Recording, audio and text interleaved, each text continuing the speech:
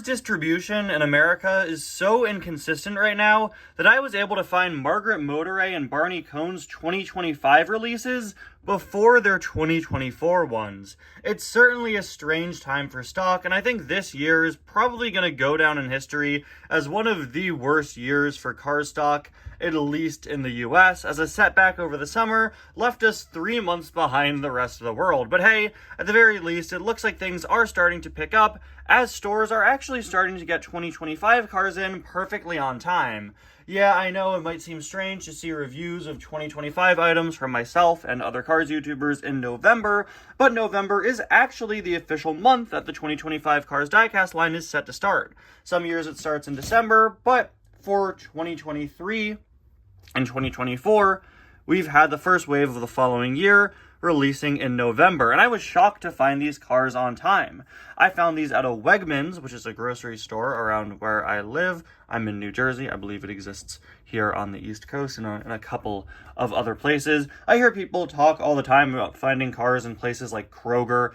That store doesn't exist in the state I live in. It does not. But I do have Wegmans, which I only started checking recently, and I've had pretty good luck with cars. Out of the 5 times myself or my family have been there, I've found new cars items 3 of those 5 times. It was the first place I found Jeremy and a Rodette marker earlier this year, and this week I found, of course, these 2 guys and the first wave of 2025, which is super cool. So while I have not found these 2024 cars yet, I'm sure their waves will hit my stores eventually. I do now have a head start with getting these items, of course, because now I have their 2025 releases. I just think that's so funny. Look, I've got the 2025 ones before the 2024 ones, and it's still 2024. It's crazy. Anyway, guys, welcome back to another review and to another 2024 Cars Diecast review. Can I call it that if this is technically a 2025 item? I don't know. This is too confusing. This is Margaret Motorray, first released in 2024. You're looking at her 2025 re-release. The only change is that she no longer has the new for 2024 logo on her there. But yeah, Margaret here was, I think, one of the most anticipated 2024 Cars Diecast releases, probably because she's easily one of the most significant Cars on the Road characters we've been lacking. She, of course, is one of the 3 Cryptid Buster cars. We got our first Cryptid Buster, Griswold, 2 years ago now, and people have really been waiting on the other 2, so it's really great to get Margaret. I think 2 years between these 2 is a bit ridiculous. Like, we even got Margaret's mini racer first, and the mini racers, the mini racer for Cryptid Buster McQueen, and the regular Cryptid Buster McQueen and Mater, and a color changer of Cryptid Buster McQueen, and Space Creature McQueen. That's a lot of items to get before Margaret here, but hey, at least we have her, right? Still waiting on the RV. Hopefully, since we don't have deluxes right now, they can drop him into a multi-pack or something like that. But yeah, Margaret is really cool and a very well-detailed item. One of those characters that people are really excited for because, of course, she was pretty notable in the episode, and also because she's just got a really great design with this very distinct sort of pinkish, purplish, greenish camo color scheme. She has a pretty unique mold with a bunch of new accessories on her. The type of car she is one that we've seen several times before. She's similar to other items like Sergeant High Gear or Maurice Wilkes, but she's got a whole lot going on. So without further ado, let's take a closer look. Some very nice artwork of Margaret there, all rusty and camo painted. Moving on to the back. You can see, as seen in Cars on the Road, we get a look at some of the on-the-road items returning for 2025 with Cryptid Buster McQueen, Barney Cones, Logan Gearsall, another 2024 release, so we'll have to see if I find his 24 release or his 25 release, only time will tell.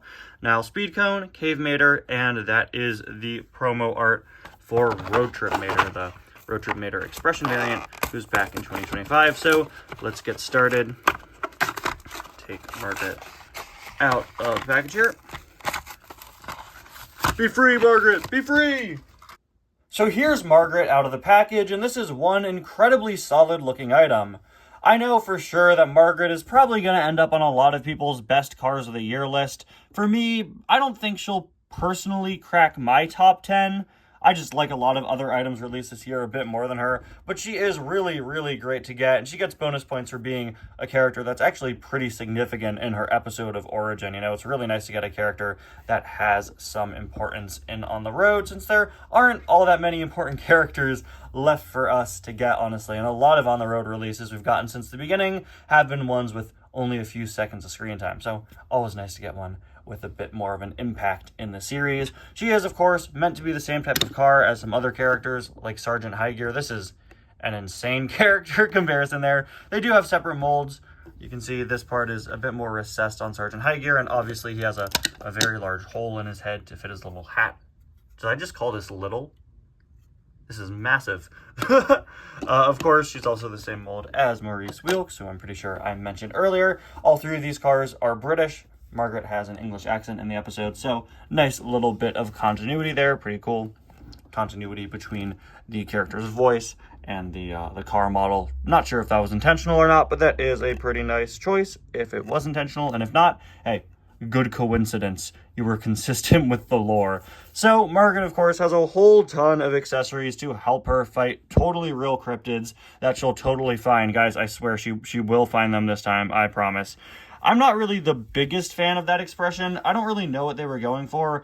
I think the Mini Racer had a much better face. It's a very confident, determined face. She's ready to go out there. This one looks, I don't know, a little confused, concerned. It's a perfectly fine face, but I don't know. I think I would have preferred something a bit more stern looking, but for what it is, it's just fine. A really cool, unique camo pattern, some black speckles of dirt all over her. She also has a matte finish, in case you're wondering, although you could probably tell just looking at her that, yes, she does have that matte texture. All these big lights up here are just a pretty thin plastic piece attached to her. Another light there on the side.